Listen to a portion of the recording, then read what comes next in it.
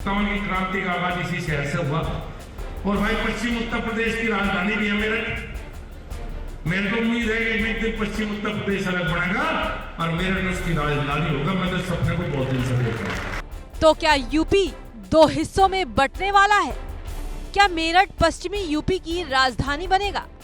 चुनावों से ठीक पहले अलग राज्य की मांग कहीं बीजेपी का एजेंडा तो नहीं? केंद्रीय मंत्री संजीव बालियान के इस बयान के बाद यूपी की सियासी फिजाओं में यही सवाल पूछे जा रहे हैं। लोकसभा चुनाव से पहले एक बार फिर यूपी के बंटवारे पर चर्चाओं का बाजार गर्म हो गया है और इस बार कोई और नहीं, खुद केंद्रीय मंत्री संजीव बालियान बोल रहे हैं। इसीलिए राज्य मंत्रियों मेरे साथ के बहुत ऊपर जा रही, बहुत बड़े बड़े पदों जा रही, लेकिन मैं जाऊं मैं पूरी तरह से संतुष्ट हूँ। तो मुझे उम्मीद है कभी न कभी मेरठ जरूर राजधानी बनेगा। दरअसल मेरठ के शुभारती विश्वविद्यालय में अंतर्राष्ट्रीय जाट संसद का आयोजन किया गया था। मंच पर देश विदेश के जाट नेता मौजूद थे। मौका भी था और दस्तूर भी, लिहाजा केंद्रीय मंत्री ने मौके पर चौका मारना मुनासिब समझा और अलग राज्य की मांग छेड़ दी।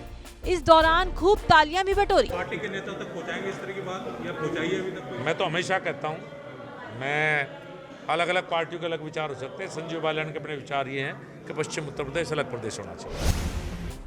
अलग राज्य की मांग केंद्रीय मंत्री की तरफ से हुई तो विपक्ष भी हरकत में आया और पूछा, डबल इंजन की सरकार आप चला रहे हैं तो अब तक कुछ क्यों नहीं किया? क्या मंत्री जी को सीएम योगी से दिक्कत हो रही है? संजीव बालियान जी को लगता है योगी आदित्यनाथ जी से दिक्कत हो गई है।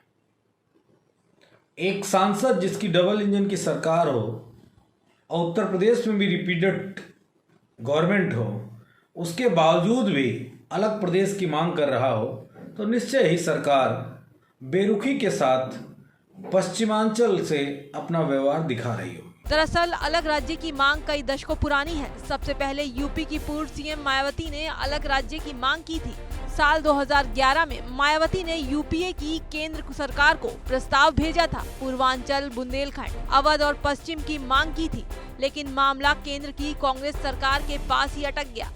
आइए अब आपको ये भी बता देते हैं कि अलग राज्य की मांग आखिरकार किस आधार पर हो सकती है। अगर क्षेत्र प्राकृतिक संसाधनों से समृद्ध होने के बावजूद गरीब हो, प्राकृतिक संसाधनों के बंटवारे पर विवाद हो, भाषाई और सांस्कृतिक कारण हो सकते हैं, संस्कृति, भाषा, धर्म में बड़ा अंतर हो, स्थानीय संसाधनों के लिए कंपटीशन ज्यादा हो रहा हो, संसाधनों का अनुचित आवंटन हुआ हो या रोजगार के पर्याप्त अवसरों में विफलता मिल रही हो, और आखिरी में किसानों की भावनाएं जो अलग राज्य की मांग के दर्जे के दावे को मजबूत बनाती हैं।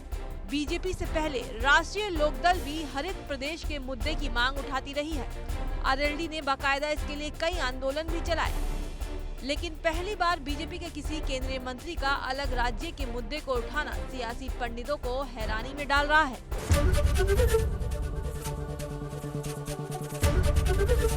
एबीपी गंगा, खबर आपकी, जुबान आपकी।